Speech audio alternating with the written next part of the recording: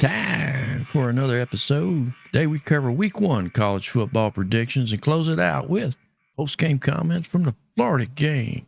Anyway, how's the world? On fire, as usual. On fire? Florida got a team this year? We'll see. Jury's out. I'm not sure. Could go. They're not going to win the SEC or a national championship. I mean, we'd have to have a shit ton of luck. They're real young, man. I mean, new coach transferred 40-something players transferred out, processed out, or drafted. Over summer? Well, just over the last 2 years since he's been there. You know, he got there in December 2021. So he's had to remake the roster. He's done it the right way through high school recruiting. So it's going to take some time. But I think they'll be all right. Maybe like 8-4. We went 6-7 last year with a quarterback who couldn't complete a slant and worse talent composite on the roster. So the talent is better. You got a quarterback who has 4 years of starting experience. So, and a new defensive coordinator who's extremely aggressive. So we'll see. I'd be happy with 8-4. I wouldn't be upset about it. Step in the right direction. I think so. So who would you think is front runner SEC this year? Georgia. I think Georgia hands down. Yeah. You think, statistically speaking, this would be a 3-time if they went to the national championship back to back to back. Yeah, you're absolutely correct. Can they do that? I don't know. That's going to be really tough. I know LSU is really good. They're going to be really good. I kind of feel like Georgia's going to play LSU again in the SEC title game. Almost kind of feel like both those teams may come into that game undefeated. I don't know if they play each other during the year. Do you think Georgia's going to take the East and LSU's going to take the West and Alabama's third fiddle? Yeah. I could be wrong. I mean, it's LSU and Alabama in the West. Auburn might be okay, but they're not gonna win the West. Georgia has a really easy schedule. I think to be honest with you, the toughest game on their regular season is probably us. Oh, really? I haven't looked that deep into it. I thought it was like an off-year type of schedule, but it's that powder puff. Yeah, they had Oklahoma on there originally, but when they decided to join the conference, that game got moved or canceled. So, outside of that, I think Florida, South Carolina could be good, sneaky good. Oh, we got 2 warm-up games back to back. T. Martin and Ball State. Yeah, and if I'm South Carolina, that kind of sucks. And UAB game 4, Auburn. What's Auburn's status? They getting better? Are they going to be better? Yeah. Are they going to be good? Probably average. But they'll take a step in the right direction. Hugh Freeze is a good coach. Tennessee's got a new quarterback this year, correct? Yeah, Joe Milton. He's the guy who got benched for the last quarterback. So I don't know how that's going to go. So he's got some experience then. Yeah, he's got some experience. Everybody's raving about him, saying that Tennessee's going to pick up right where they left off last year. Not going to have a drop off. If they don't get some defense, you can have all the offense in the world, but if you can't stop nobody, you better outscore them, and that's where they failed last year. Yeah, that came back to bite them. Once South Carolina came in with not that great of a defense themselves, but they figured out a way to neutralize that offense, and they blew them out. So they came in there. Shane Beamer's not a bad coach. I think he'll be at South Carolina for a long time. What do you think about Clemson this year? I think they win the ACC. You think they're gonna take it? Yeah. Oh yeah. First of all, the ACC is garbage, and Clemson's quarterback. That kid's a stud. He's gonna be good. He's only a sophomore. Who is he? I'm not familiar. Cade Klubenik. Clemson. Yeah, but he's I think he was a top 50 kid in his recruiting class. He took over towards the end of the year last year. Did okay for a true freshman. But they start the year with Duke, Charleston Southern, FA, Florida Atlantic. I guess the telltale sign will be week 4 when they play FSU. I don't see anybody else on their schedule really challenging. Notre Dame, maybe. In North Carolina, I'm Depends not on sure which Notre Dame shows up. Yeah. Yeah, I'm not sure if North Carolina is going to be good. Yeah, Clemson has a much tougher schedule than, say, like Florida State. So if they drop 2 games, I could see maybe Florida State sneaking in there and there being a rematch because there's no divisions over there anymore. I see. Yeah. Yeah, so Alabama does have a fairly decent schedule. They got Texas early, Mississippi. They got A&M, LSU, Tennessee. Who's their quarterback this year? I think it's going to be Jalen Milroe. Milroe? Yeah. He's a when he played against Bryce Young was hurt one game last year and he played. I want to say it might have been the Tennessee game that they only lost by like a point. Mm-hmm. Okay. I'm not sure if it's that game or not, but he's more of a runner. He's a slash. Yeah, so I don't know. I haven't watched enough to say whether or not he's going to be good or not. They got some studs sitting behind him though, so don't blink and don't skip a beat, huh? No, they sure don't. What do you think? I mean, you're the Georgia guy. How do you feel about Georgia's season? You think they're gonna? I'm uncertain of the quarterback position. I haven't really scouted it much this year. I'm not sure what type of receivers we've come back with, and if we got any studs in the backfield. I'm all for lottery running backs, but normally, like last year and the year before, we didn't have like duos that we've had in the past where you had a sledgehammer, then you had a slasher that can carry a quarterback when he gets in trouble. I'm curious to know what the offense even looks like under Bobo.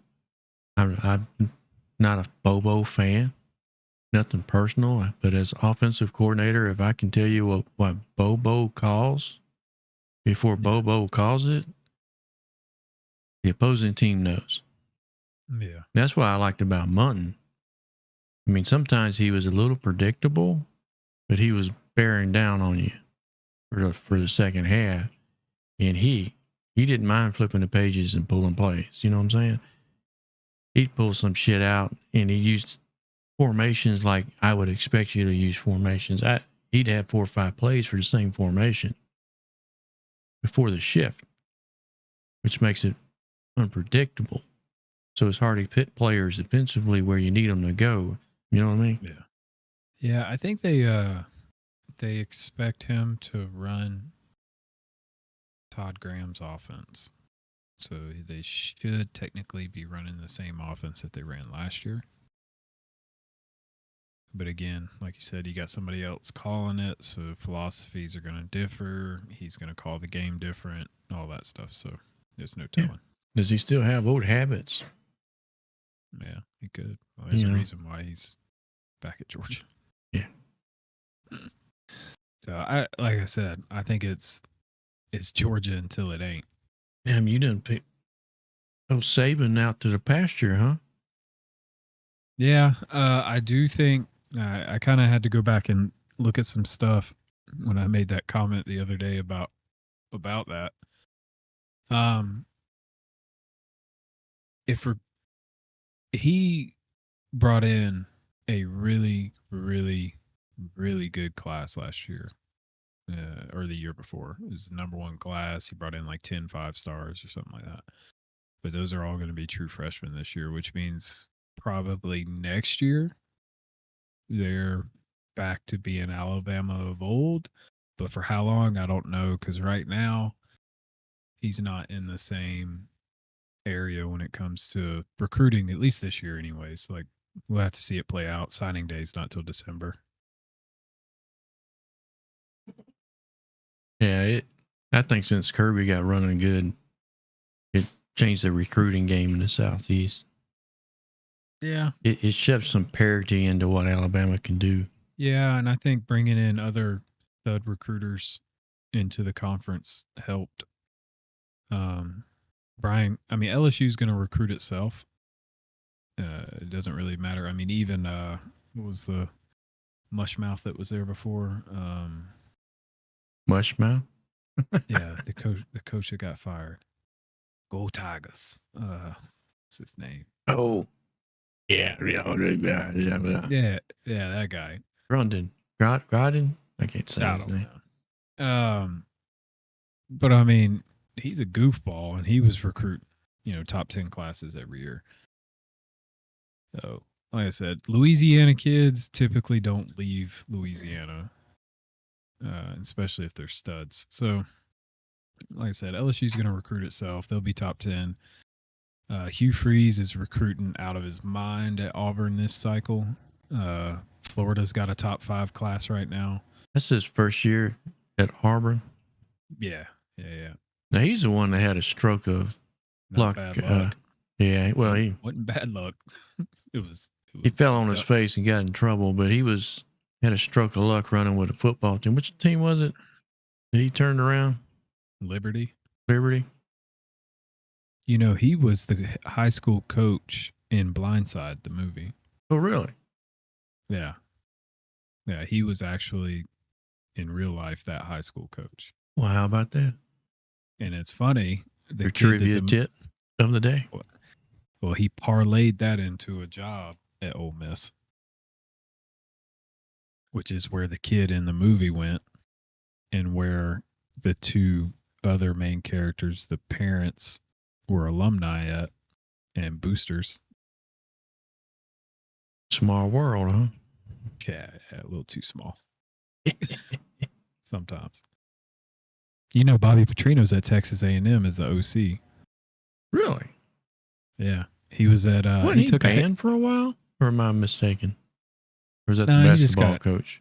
I think that's you're thinking you're thinking the basketball Patino.